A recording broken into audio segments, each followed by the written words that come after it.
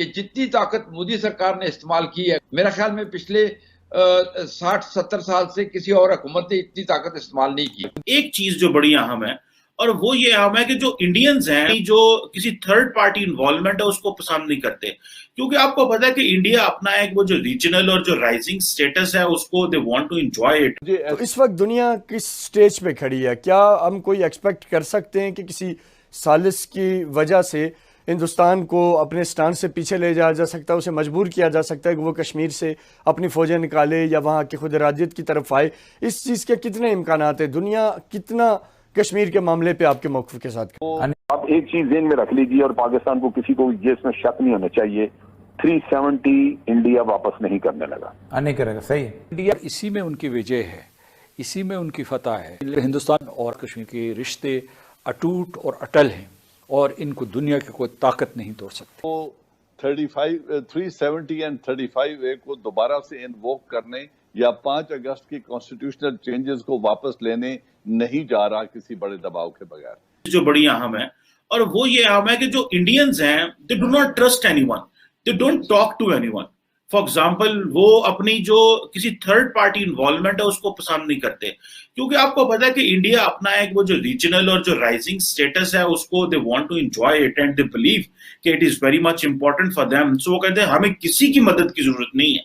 हाँ, they like a push from somewhere, शायद वो किसी का पुश इस्तेमाल कर लेते हैं, जैसे कि यूएई का पुश इस्तेमाल कर लिया। वो इसलिए कि जारी बात है इंडिया जो है वो यूएई का इंपॉर्टेंट पार्टनर है, और आप सिंपली नो नहीं कह सकते। इंटरनेशनल रिलेशंस में आप किसी को सिंपली नो नहीं कह सकते कि जनाब अभी हमने इनसे बात ही नहीं करनी। कि सोल्यूशन क्या है? ज़ाहिर है पाकिस्तान का मौक़िफ़ ये है कि पूरा कश्मीर हमारा, और इसी तरह इंडिया ये कहता है कि ये जो आज़ाद कश्मीर है ये भी उसका है, और इसी तरीके से कश्मीर में जो लोग हैं वो पाकिस्तान से इलाक़ करना चाहते हैं। तो इस सूरत हाल में ऐसी क्या पॉसिबिलिटी है जिससे इस मसले को हल की तरफ बढ़ा जा सकता है? वो फॉर एग्जाम्पल 10-15 साल के लिए आप इस जो लोग हैं उनको रिलीफ दें, फैमिलीज आपस में मिलें, और उसके बाद उस कौम पे छोड़ दिया जाए। लेकिन अगर अमन होगा, खुशहाली होगी, और उसके बाद जब आप बैठेंगे तो इसका एक परमानेंट हल निकल सकता है। और इस खित्ते को मैं समझता हूँ कि ये एक ब्रिज होगा इंडिया और पाकिस्तान के दरमियान और चाइना के दरमियान। ये एक इकोनॉमिक जोन बन सकती है, ये एक बेहतरीन स्विट्जरलैंड की तरह वो जगह बन सकती है जिसमें तमाम जो मुफादात हैं वो उनका तहफ़्फ़ुज़ किया जा सके। लेकिन इसके लिए मैं समझता हूँ कि आपको एकदम नहीं होगा, इसको एक लॉन्ग प्रोसेस है, इसको Aahista Aahista step by step आगे चले, और उसके बाद आप देखें।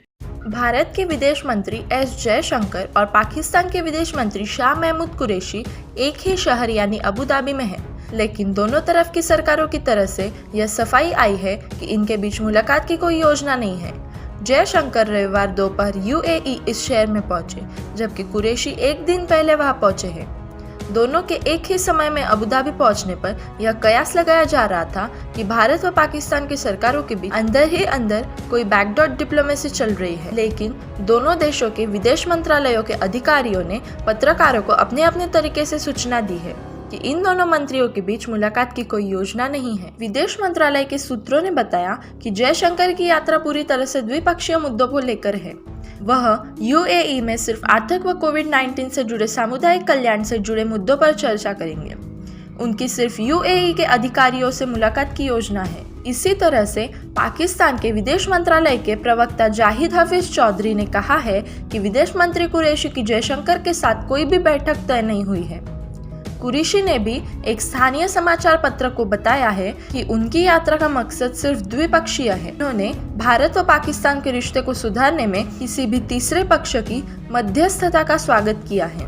सनद रहे कि यूएई की तरफ से हाल ही में यह दावा किया है कि उसने भारत व पाकिस्तान के बीच मध्यस्थता कर रहा है। यूएई की तरफ से यहाँ तक कहा गया है कि हाल ही में कश्मीर सीमा पर दोनों देशों के बीच जो सीज फायर हुआ है उसमें भी उसने मदद की है। हालांकि यह कयास लगाया जा रहा था कि दोनों देशों के विदेश मंत्री बड़े मुद्दों को लेकर मुलाकात कर सकते हैं। यह सवाल इसलिए भी उठा रहे हैं क्योंकि कुछ दिनों पूर्व यूएई के वरिष्ठ राजनयिक ने भारत और पाकिस्तान के बीच रिश्तों को सुधारने में अपनी भूमिका का जिक्र किया था।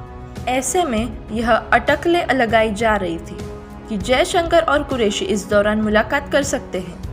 दूसरे, इस यात्रा के 4 दिन पूर्व यूएई के राजदूत यूसुफ अल ओतैब ने कहा कि उनके देश ने भारत और पाकिस्तान के बीच के तनाव को कम करने तथा उनके द्विपक्षीय संबंधों को स्वस्थ कामकाजी स्तर पर वापस लाने में एक अहम भूमिका निभाई है।